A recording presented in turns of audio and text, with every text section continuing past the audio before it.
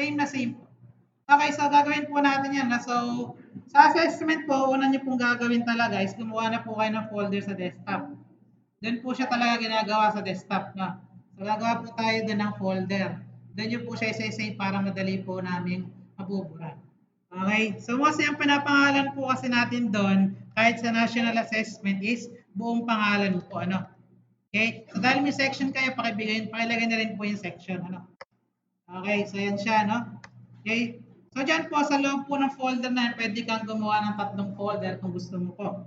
Sa'yo po yon. Okay, so pwede kang gumawa kasi dyan ng for example, logo. Yan. So, gagawa ka po ulit is, yung product packaging. Packaging.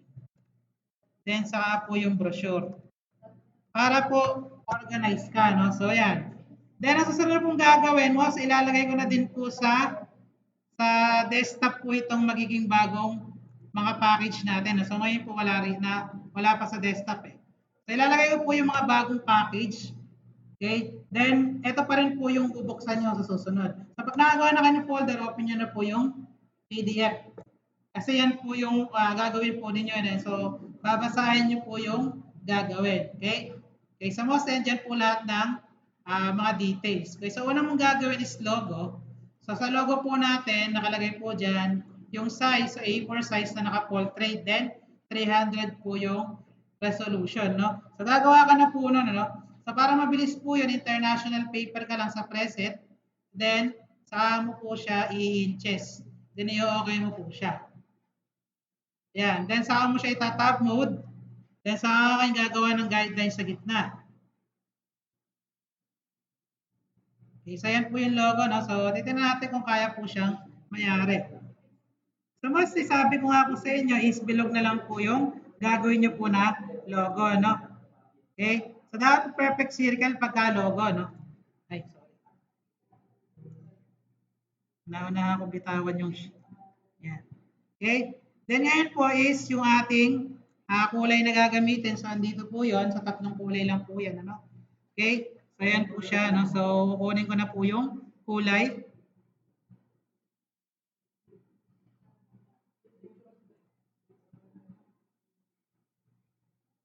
So,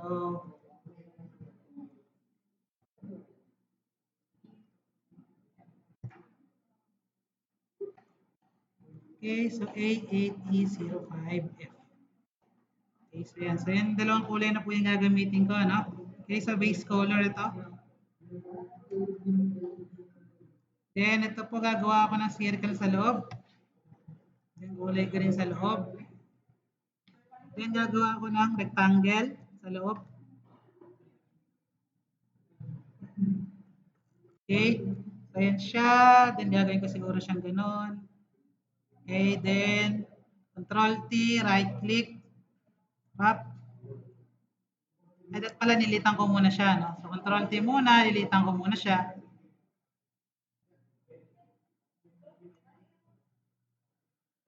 So, ayan po, no? So, nilitan ko lang po muna siya, no? Then, Control-T, right click ko yung Control-T ko, then, wrap. Para po ma-bend ko siya, no? So, ginagawa ko lang po yung logo na na-practice ko na po, no? Na alam kong ginawa ko na. Ay, ba't ba yung bumababa? Ito, bumaba. Ayaw palang bumaba, isa. Teka lang.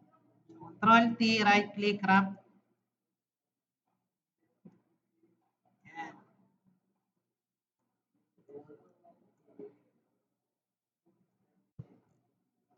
Okay, so Control-T, lilitan ko ng konti.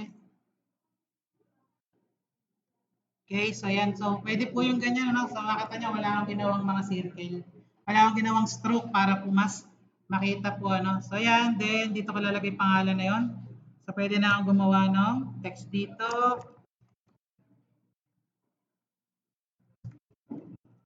Like bubbles. Pwede kayo gumamit ng ibang kulay kung gusto nyo. No? Pero mostly po, sa assessment po kasi pwedeng doon na lang kayo maglaro ng mga kulay. No? Okay, so yan po, pwede mo lagyan siya ng stroke na black para mas makita.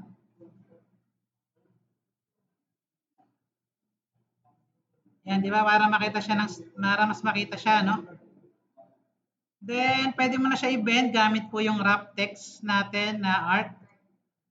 Yan, para mas mabilis, di ka nagagamit ng pen tool. Then, iangat mo siya gamit yung move tool, ano? Okay, yan. Then, next is gagawa tayo nung kahit po kahit po gawin nyo lang dyan is plate para mabilis. Saka po yung kumikinang. Di ba yun yung pinakamabilis? Pero ang gusto nyo pong gumawa ng parang yung lagayan, nasa sa inyo yun. So, gagawin ko na lang po dito is plate para medyo mabilis. Okay, so dahil ano siya kulay blue yung magiging bilog ko, no? So, mostly, pwedeng gumawa lang din ako ng bilog. Yan.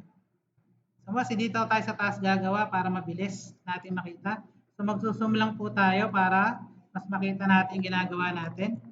Okay, so i-control T ko yan, Shift and Alt para di ma-distort. Yan. Then, Control J, Control T, yan. Dahil magkamukha sila ng kulay, lalagyan ko po ng stroke pareho, no? Para makita naman po or ma-highlight yung pagka-plato po niya. So, yung stroke, kayo po bahala kung gaano kapal. Okay, so copy natin. Ayan, so ayan. Okay, so dalawa na po yan. So, plate na itsura niyan, ano? Okay, so ayan. Ata niya plate na. Then, gagawa tayo po nung kumikinang. So, mostly marami po pwedeng gawin doon. So, gumawa ka lang ng square.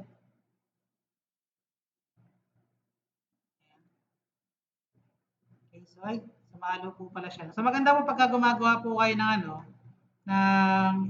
ng bagong shape.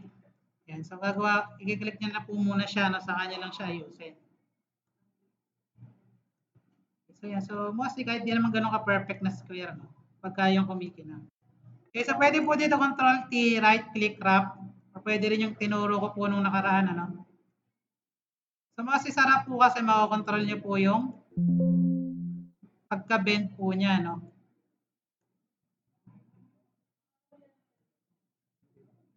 Yung po kasi isa, yung sa erase, pwede rin po yun. Pero yung pagka po kasi sa wrapping, medyo makokontrol mo po yung bending sa loob.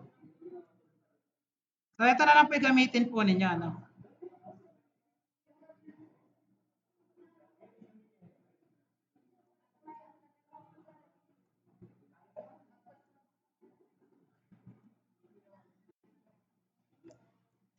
So, yan, salitan lang natin ng konti.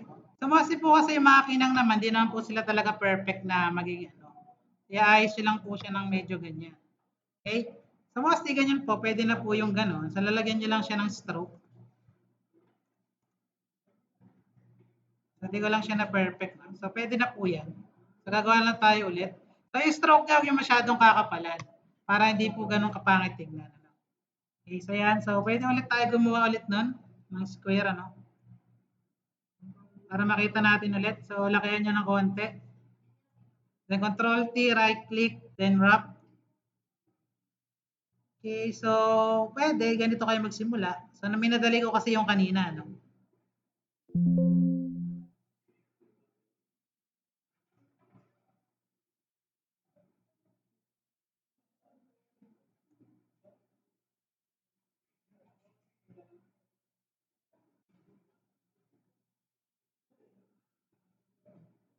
Okay, so pwede natin ganun. Ayan. Ganun din natin ng konti.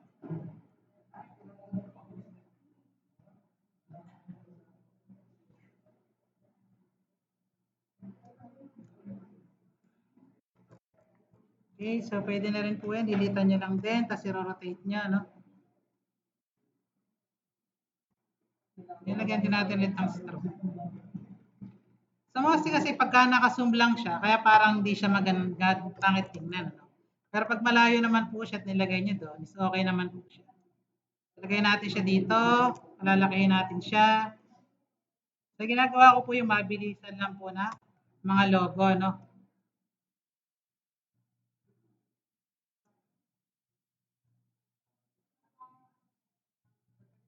Okay, so yan, lagay natin siya dito sa baba.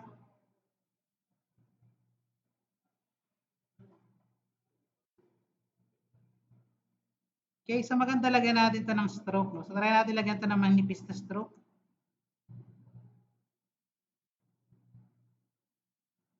Then, ang gagawin ko po siya,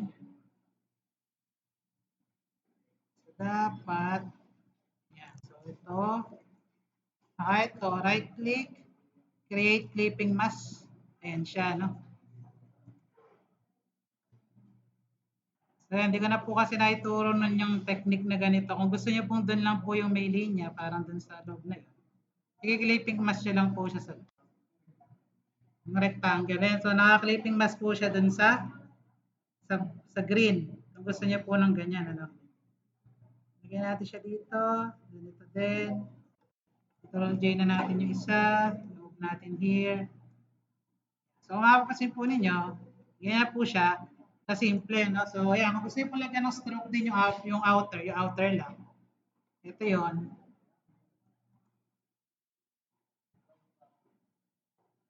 So, no question asked po kasi pagka ganito yung ginawa po ninyo.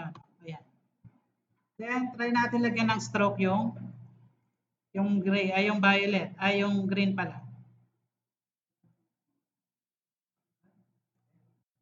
Okay, so ito po, ayan, so try natin siyang palitin.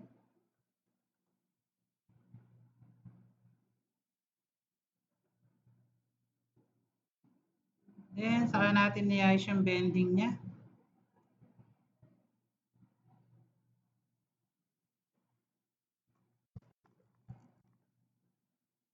Okay, so yung ginamit ko po is regular text na lang, ano? So, nakita nyo, Arial rounded.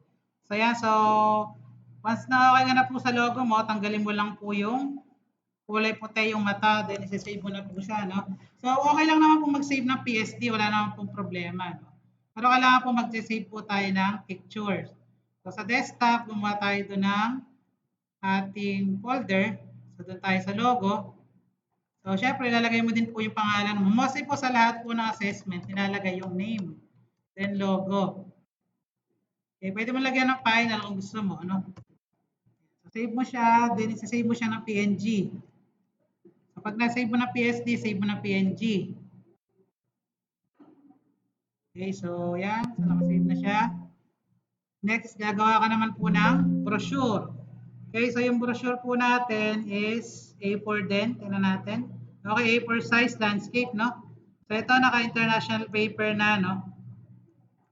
So, dito is 8.268. So, kukunin natin tong 11. Lalagay natin dito. Then, i-okay mo siya. Naka-landscape na po. So, ayan. Okay, then ngayon po is, pwede ka na po mag-open ng Excel. Opo, kahit wala na pong tagline. Pwede naman po kung gusto niyo ilagay, no? So, medyo limited kasi yung time ko. So, nakaka 13 minutes pa lang po ako niyan, ano? Ayan, so gagawa tayo dyan is the width and height. Okay, so yan siya, no? Para baba natin ng konti, no? Yan. Okay, so yung width po natin is ito, 11. So, copy ko na lang to, no? Then, yung ating height is ito. Okay? So, lalagyan natin 0.25. So, yan po siya, no? Then, dito is mag-equal sign. I-divide natin ito sa 3. Okay, so, yung una natin ilalagay 0.25 na guideline. So, yun yung guide, 0.25 inches. So, vertically, tama. So, yan.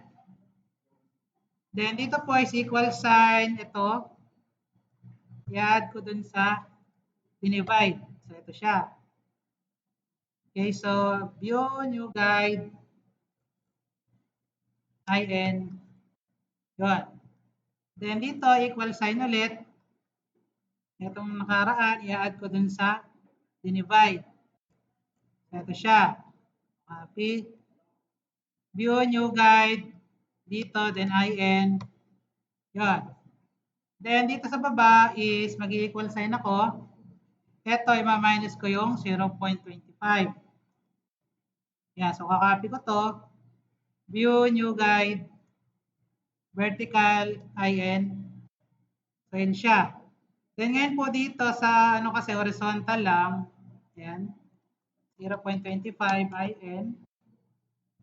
Then, dun po sa ano is equal sign ito, ma-minus naman ng 0.25. Ito na siya. So, copy mo yan. View, new guide, then horizontal, IN, and okay, so nahati mo na po siya equally. So, yan. So, next mong gagawin is magdi-design ka dito sa part na to, which is gagawa ka ng product label.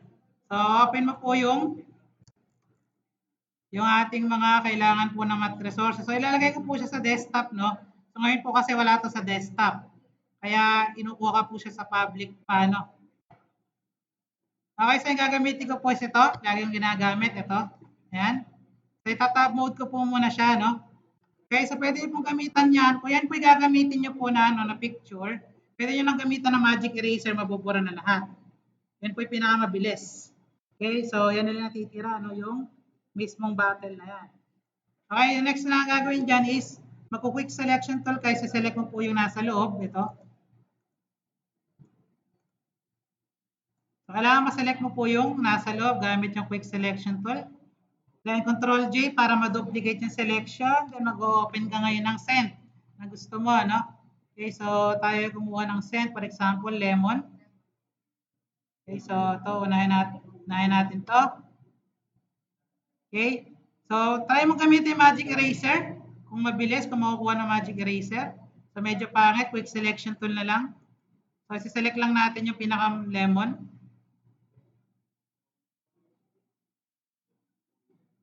Lemon po yan, oh. Hello. Kulay dilaw. Dilaw po yan. Paano naging orange siya? Color blind pa yan. Sa akin kasi dilaw. Sa akin po dilaw. Oh. Diyan lang po orange sa projector. Sa akin po kasi dilaw. Ito po yung original picture. Eh, no? Okay, so yan po lemon po siya. No? So, drag na natin doon. Yan. So, minimize muna natin. Then yan, right click. Create clipping mask. Control T. Resize natin siya na hindi madi-distort. Yan. I-resize pa natin, ano? So, ipaporma nyo lang po siya sa kailangan po ninyo, no? So, dito siguro natin siya ilagay. Yan, i-open natin yung isa. Mostly dalawang picture po yung ginagamit, no? Pwede po isa, pwede dalawa, depende po sa inyo. Design po ninyo yan, eh. Kaya gumamit lang po ako ng magic eraser para mabura yung kulay puti na background. Ayan, so nasa loob na rin po siya. Naka-clipping mask na po. Control T, shape and add. Ayan po, ibababa ko po yung layer na yan sa ilalim ng isang orange, ay isang lemon. Ayan. So, lalaki natin siya.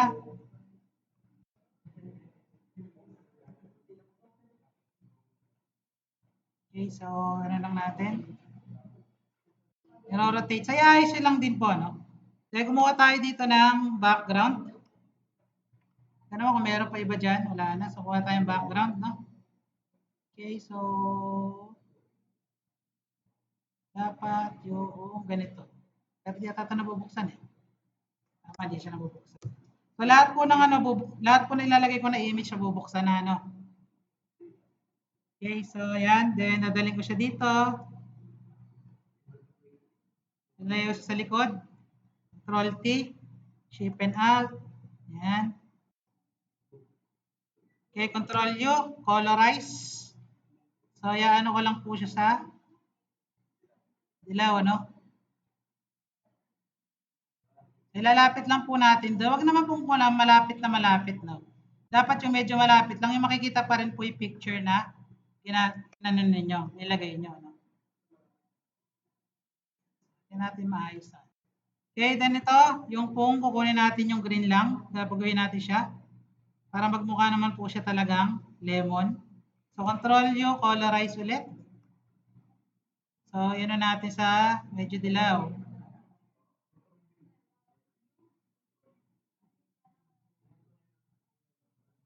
Okay, so, yan muna natin. Para natin talagang kulay na dilaw niya, no? Yan. So, ngayon po, pwede mo naman po lagyan ng stroke yung label mo kanina na Control J. Kung gusto mo lagyan siya na medyo ma-highlight, no? Okay, so medyo dark. Try natin yung red. Medyo pa. Siguro yung light lang. Pwede naman pong dilaw, pero da-dark mo siya.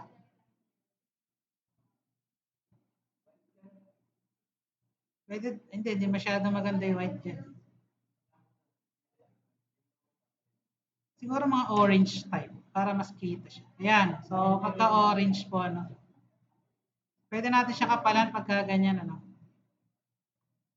So, pwede yan. Then next, yan, so pagkayari ka na po dyan, isa-save mo na muna din siya. So, pwede mo din siya i-save doon sa mismong gawa mo, no? Pwede mo ilagay doon sa, andito ko na kasi sa product packaging din eh. Pwede mo doon ilagay. Okay? So, pwede mo i-save doon product label. Kung gusto mo i-save yung ano, PSD, okay lang din, ano? Label. So, save ko naman siya ngayon ng PNG. Yan. So, mas okay ako dyan. So, pwede ko na i-close yan. I-open ko ngayon yung PNG. Yan. So, dadalhin ko siya dito. Gamit po yung move tool. Yan. Close mo na yan. So, kuha tayo ngayon ng background. Okay, so malapit na akong mayari, ano? So, kaya po siya talaga ng 1 hour or less than 1 hour, no?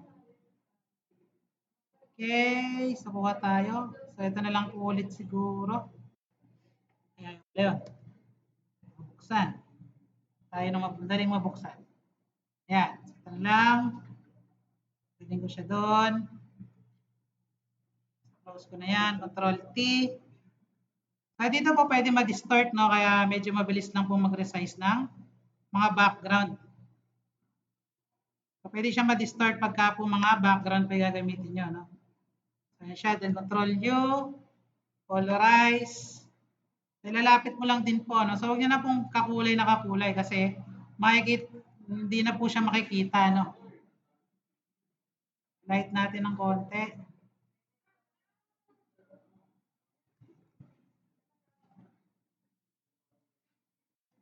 Ayan kasi dito maganda itsura, oh. Kasi nga, projector po kasi yan, iba po yung liwanag dyan. Okay, so yan, so for example yan, then pwede tayo ulit kumuha ng ibang, ayan. So may halo lang po tayo dyan sa dilaw. Ano ba yung kanina? Ito, green. Ayan. Lalagay natin siya dito sa ibabaw niyan. Party. Pwede po siya ma-distort, pero di ko na siya dinistort. Okay, so gagawin natin dyan is soft light. Hard light. Okay, so pwede po yan, hard light o kaya po screen. Hindi pala maganda screen. Hard light overlay. Yan maganda, no? Okay, so normal ko lang, tapos taray kong bumbawasan yung ano niya. So, mga 30 lang siguro, no? May halong green na po siya, no? So, binawasan ko lang po yung opacity nun para hindi po siya ganun katingkad yung pagkadilaw niya. So, yan, lalaki lang po natin to. Nababa natin here. Pwede siya lakayan pa ulit. Na medyo sasagat po doon, ano? So, pwede po yung ganyan. So, lakayan pa natin, no? Para talaga masakop po niya, ano? Okay, the next, gagawa ka ng banner. So, most likely, rectangle lang din yun. So, kahit ma-distort po yan, ano? So, dito mo muna siya gawin sa giveaway dito. So, yung banner pong gagawin niya po is para po siyang flag, no? Na naka-wave. So, pag naka-control na kayo, right-click, then wrap. So, puro wrap lang po yung gagamitin nyo din para hindi kayo mahirapan. So, yan, i-wave nyo lang po ng konti yung ano ninyo. Yung inyong pong flag.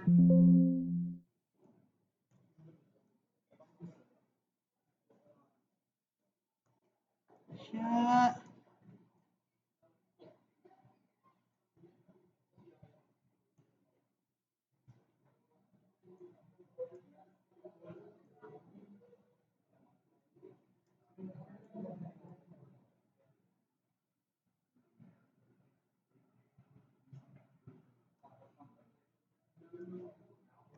Yan. So, pwede na po yan. Control T nyo lang. Lagayan ng konti.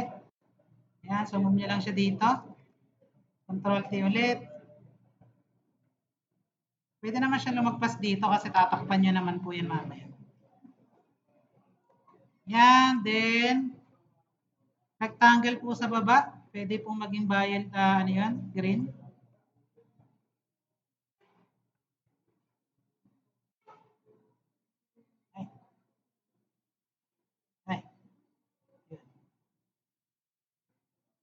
Okay, so lagyan natin siya sa ibaba.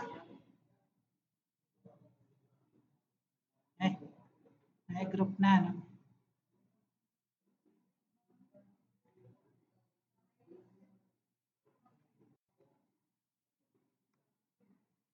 Okay, so yan. So magagawa tayo ng text. Dito natin ulit. Write bubbles. Ayan. Then, gawin siguro natin siyang black. Lagyan natin siya here sa ibabaw. So, pwede natin siya ulit i-wrap ng text dito. Gagamitin mo yung plug naman dito.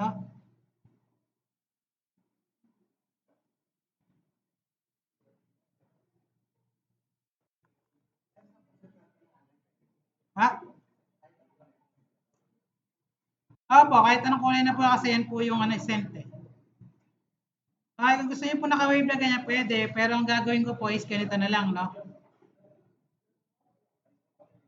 Hindi ko na siya i-wave na. So, pag-iwalayin ko na lang po yung dalawa na yan. Mas mabilis pa pag ganito na lang gagawin niyo.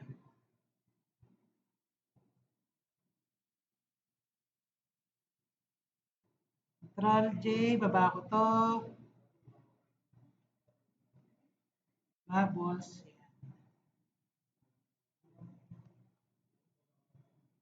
Okay, so gagamitin ko po dito is Comic Sans para may konting ganyan. So, bobold ko po siya, no? Okay, ganun din po ito.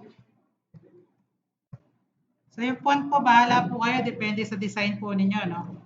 So, ang aim nyo po is magandahan po yung mga accessor po ninyo, no? Sa gagawin po ninyo. So, pinaka-simple is maganda na rin po siyang tingnan, ano? Kaya huwag niyo po masyadong dadamihan yung elements para hindi naman po siya ganun overpower.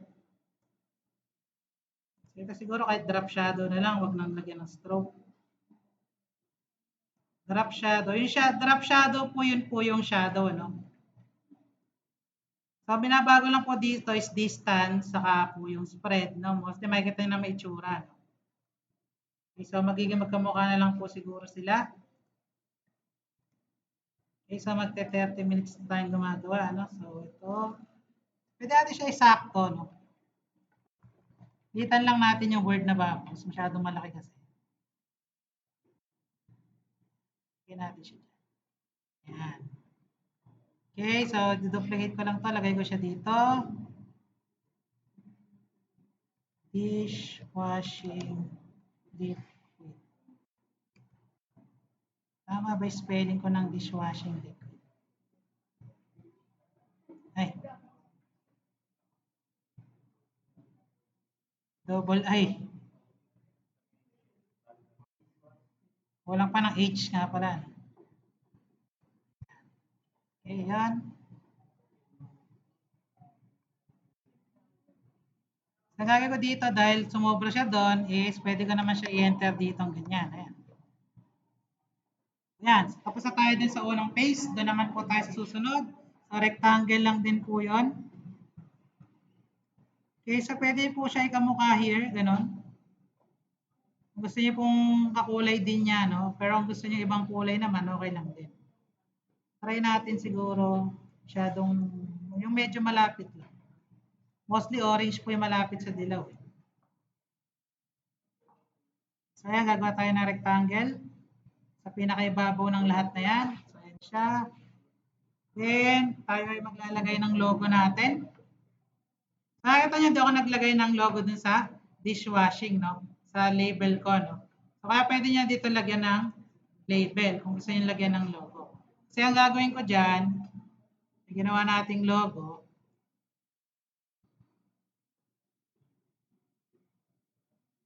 Ano ba yung ginawa kong folder din eh? Sa desktop. Yun. Okay, sa logo ko, yung logo kong ginamit, lagay natin siya dito. Ctrl T, size natin. Dito ko siya balak ilagay. Parang dyan. Pero kung gusto nyo lagyan ng logo doon, okay din naman. Ano?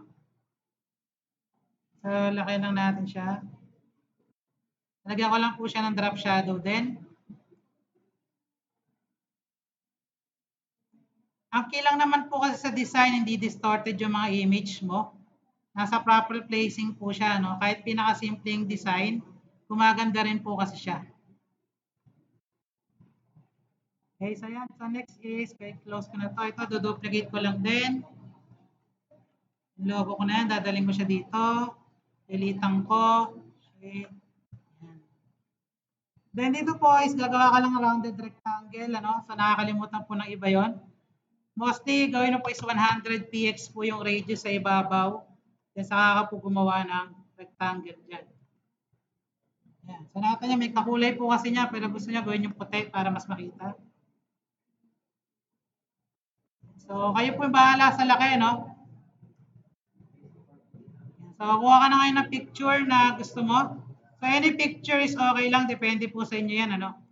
Wala naman na pong magagawa yung assessor doon. At titingnan niya lang kasi kung maganda po yung itsura ng pagkakagawa niyo. Kung okay na sa kanya yung ganun, ano. So kasi ito yung kinukuha ko lagi. Lalagay ko lang siya doon. Close. Right click. Create clipping mask. Control T. Lalakayan ko siya, no. Sa mga image po, hindi siya talaga dinidistort. Okay. So ayan, masyado malaki. Lilitan ko.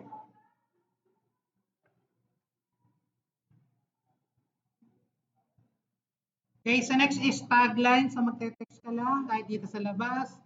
Babalik ka dun sa ano. So kunin mo po yung kanilang tagline dito sa pinakaibabaw. Ito. Copy paste mo yan. Balik ka dito, paste mo. Ganon. Then, enter. So pwede mo siyang i-center line na ganyan. So kasi kung gagawa kayo ng tagline, gawin nyo siyang parang pyramid style na ganito. No? Para po maganda. Kung gusto niyo naman, maging ganito din, pwede din naman. Ganyan.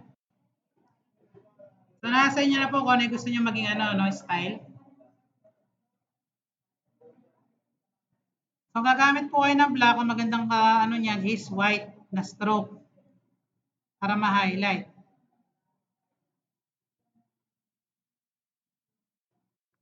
Yan. Pero gusto niyo bago yung font style, okay lang din, no? Pwede din namang hindi. Okay, next is gagawa po tayo ng rounded rectangle ulit dito. So 100 ulit po yung niya, yung radius. So nakita niyo, di na ako nagpalit, no?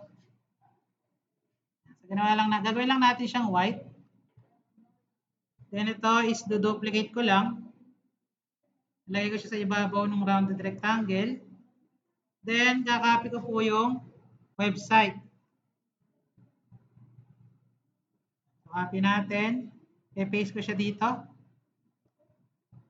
Ilagay ko siya dito. So, hindi po siya naka-all caps. Dapat. Ayan. So, yan na siya. Tapos na. Next dito. So, ikaw is may rounded rectangle ka ulit. Then, draw ka lang dito. Diyan. Then, dadali mo siya sa pinaka-dulo. Pinaka-baba. Ayan. Then, pwede mo nang baguhin yung opacity niya. So, kahit mga around 40. Ayan. Then, next is, ito, kahit i-duplicate mo na po ito ulit. Dito, lalagay mo naman dito is about us. Ayan. Lalakayan mo lang siya ng konti. Then, magte-text ka po dito ulit na mag-i-square ng ganyan. Ayan. Then, babalik ka dito, i-copy mo po yung introduction na to. Pe-paste mo dyan. Then, yan. So, kung 12 po siya, medyo malaki po kasi yung 12. So, kung Comic Sans, pwede naman po mga 10 yan.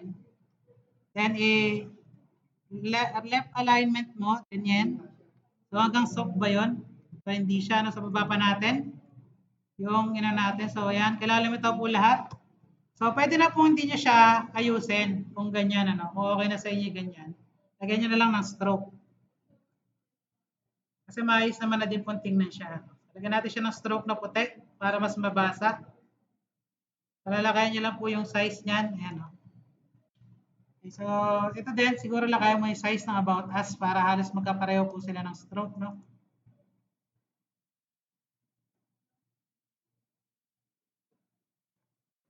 Okay, so duplicate mo yung About Us. Ibaba mo yung isang About Us. Then, i-edit mo po siya ng Contact Us. Yan. Then, pwede mo ito, duplicate mo na lang din to. Ibaba mo ganon. Then, ikakopy mo po itong mga contact details. So, isama mo na din yung website. Okay lang din. Paste mo doon. So, ayan siya, no? Then, dapat hindi po siya naka-caps lock lahat. Ayan. So, ito ay, pwede po itong gawing 12. Medyo malaki siya ng konti.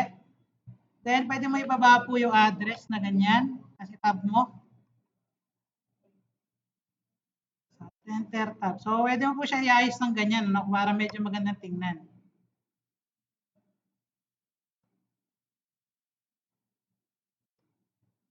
So, pwede ka mag-enter dyan ng ganon. Ayan. Okay, so ayan, sulitan mo ng konti. Ayan. So, para lang magkasya po siya dun sa ano. Huwag mo hindi pa kasya, ilakihan mo na lang din yung rectangle mo. Pwede naman. Kaya, so tapos ka na po sa brochure, save mo na po siya. Then po sa desktop. Tapos yan, then product pack, brochure po yan, ano.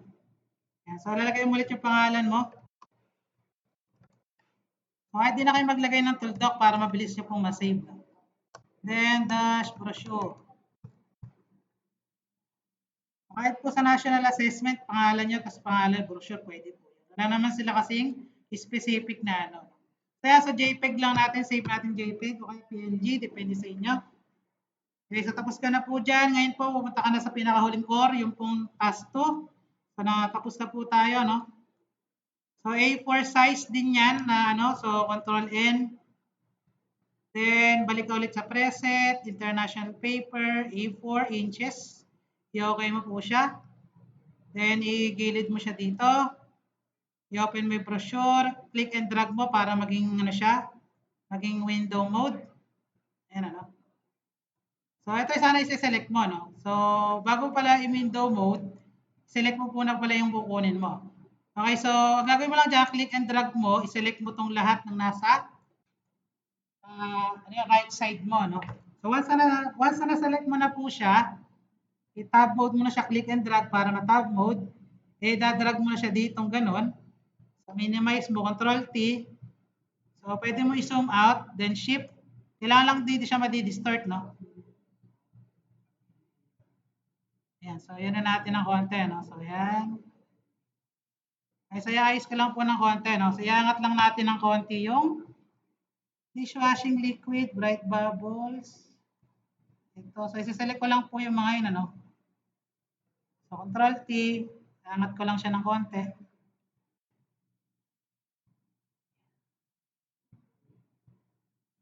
Hindi natin siya dito. Yan ito, gagano natin dyan. Ay, pwede lakayan natin ng konti, no? Para ano na. Pwede naman lumaki ng konti. Masyado naman palang malaki. Alam ko na yung technique na gagawin ko. So, ulitan ko lang siya. Diyan, Control J ko yan. Then, ilalagay ko siya sa ilikod. Control T, ilalagay ko siya dito. Lalakihan ko to. Ganon ko dyan. Then, bababaan ko po yung opacity kahit mga 30. Kaya 50 pala. Ayan. Ganito, lalagay ko siya dito. Ayan, so lakayan natin ulit ito ng konti. Okay, so yan na po. No? So yan, then sasave ko na po siya as product packaging. So product packaging, ano? So pangalan mo ulit. Dash product packaging. Sasave mo po siya ulit ng JPEG, no?